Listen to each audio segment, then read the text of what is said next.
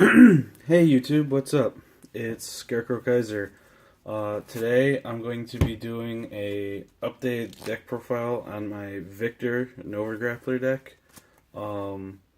With the GB10 out, it got updated. It's weird that Nova Grapplers only get like a support like once a year. Feels like it should be more than that, but deck's changed a little bit since new stuff came out. It's not drastically different. It's pretty much like what it used to be, just with a little bit add on. So, getting started. My starter is Kabutron. I think he's just like significantly better than your other options, with Ronbull being the next best option, but I still think Kabutron is still like quite a bit better because Ronbull is just a free like 5k boost like over and over. This guy, he gives you a whole nother attack, and I feel like it's more important. This card's just really good actually. It's a pretty good starter. Into the trigger lineup, we got 4 Break Pass, our Victor crit, and 3 Red Lightning. I really like its new art for 7 crits. Red Lightning also has a pretty helpful effect. Next, I've got 5 draws, so I'm doing a 7-5 ratio. This deck needs resources in order to hit hard. This deck can hit really hard, but it needs to have resources in order to do that. And the draw triggers help give you those resources. Getting crits won't help if you don't have anything to like have pick up the crits. So, and we have the new favorite champ Victor, who needs cards in hand to do his play, but his play is like super lethal. So, and then last, we obviously have 4 heals. For the grade 1s, first here I got, I think his name's like Malaki or whatever. He turns the guy in front of him into a rush unit and gives them the skill where every time they rush, you give 2 cards plus 4. He's pretty cool, being that he's a 7k and he makes things into rush and his skill is good. So that's why I'm playing 4 of them. Next thing up here is I'm playing 4 of this perfect guard. Headstrong Battle. He's pretty cool. I'm playing him now over the Lady Cyclone because with the new G guard and the new Victor, I'm not as concerned about my counterblast anymore. And this guy gives one of your rear guards the skill that you can counterblast, make that card guard, and give it plus 10 shield. And as I was talking about with the draws, resources are an important management in this deck, so that because the deck can hit hard really good just off of its skills and stuff. So maintaining the resources just to stay alive and able to have cards to throw at your opponent. This guy helps with that in the sense that he creates additional shield. Not only will he let a rear guard, he gives it more shield. And for this build, which I have the new G guard who can unflip, and the new Victor doesn't counterblast,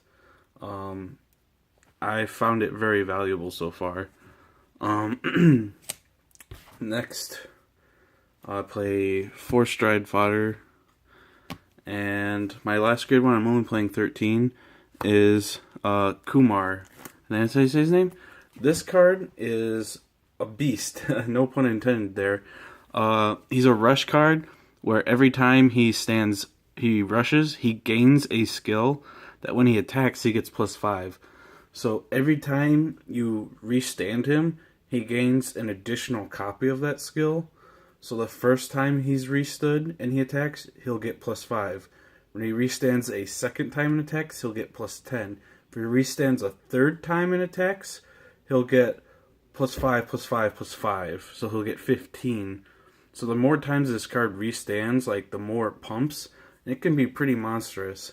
The reason I'm playing this over Furious Puncher, which I see some people playing, Furious Puncher is really just a booster. It has a good useful effect, kind of like Malaki does. It's almost like you're playing additional Malaki. I think that's what that card's name was. But Kumar can work as a strong attacking unit. And in this deck, you don't need boosters. Boosters aren't like required to make this deck do its thing. So the fact that this card can be a really strong grade 1 and just by itself without support be a good push, that's what I'm playing. For my grade 2s, for I think his name's Arboreal. This card's like probably the best grade 2 in the deck. He's an 11, and when he swings, he stands something and gives it +5. He's really good. He's probably, as I said, he's probably the best grade 2 in the deck.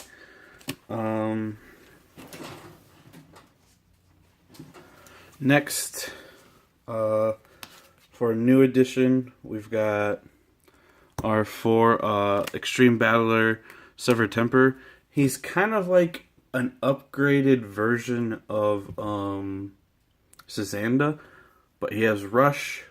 He's GB2, but that's not really a problem. Once we get into the G zone, we can get GB2 immediately. That's not an issue.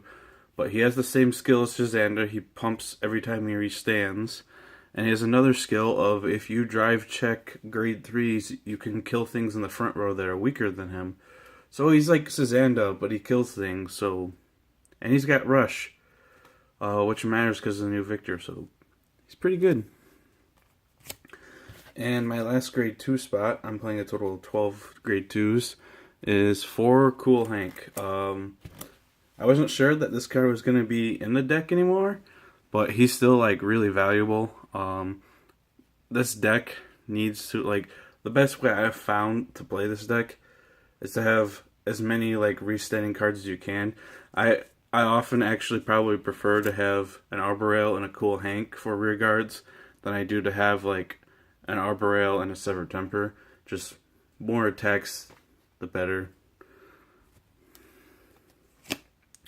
And for the grade 3s, we got 4 Old School Victor and 4 New School Victor. Some people play 7 grade 3s now. I'm playing 8 grade 3s, 12 2s, 13 1s. As I said, boosters aren't as important in this deck as just having a card in the front who can attack and be strong.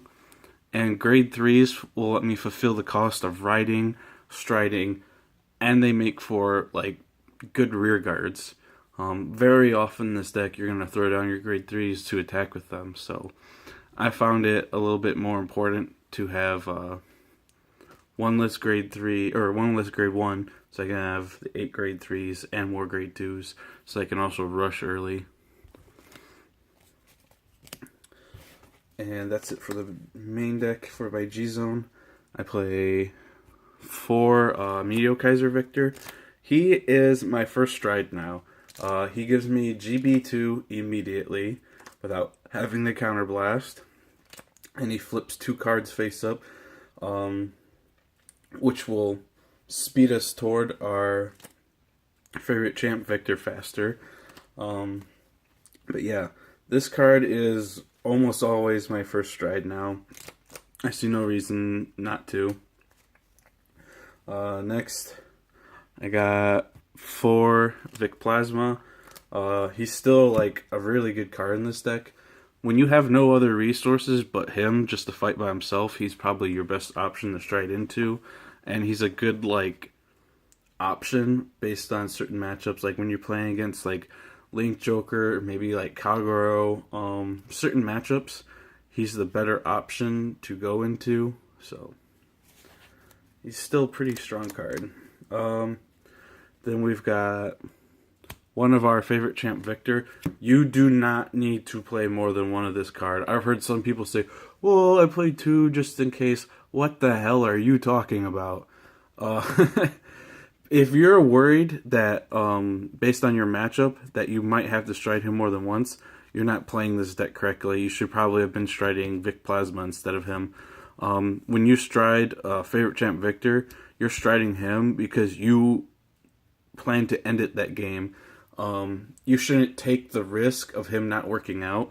If you're not sure that he's going to like win you the game unless your opponent just has absolutely everything, survives it, you shouldn't go into him, because if you go into him and fail to kill them, you're like 90% gonna die.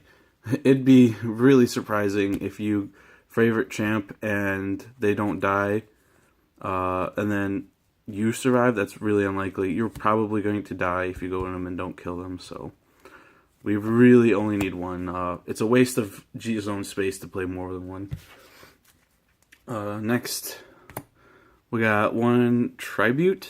We don't use this card a lot, but we have the space, so why not play him just in case we need to board wipe. It's like he's pretty okay against like Angels, Link Joker. Speaking of Link Joker, because it can be such a hard matchup, we play one Blizza. We've already covered like the Nova Grappler G units that matter, so we might as well have Blizza in there just so we can have like another anti-Link Joker card that's really good and stuff. So it's a big attack. Then we got one Seabreeze, because the GB deck, being able to get to our GB and beat our opponent down, is pretty important. And then for our G units, we got two of our new G Guard.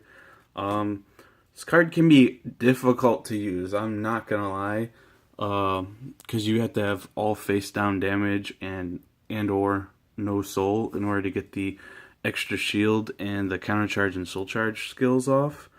That's actually kind of hard to do. It's cool that it encourages you to like go all out without worrying about costs, and you can just get your costs back. But it can be hard to use them sometimes. But when you do get to use them, it's really rewarding.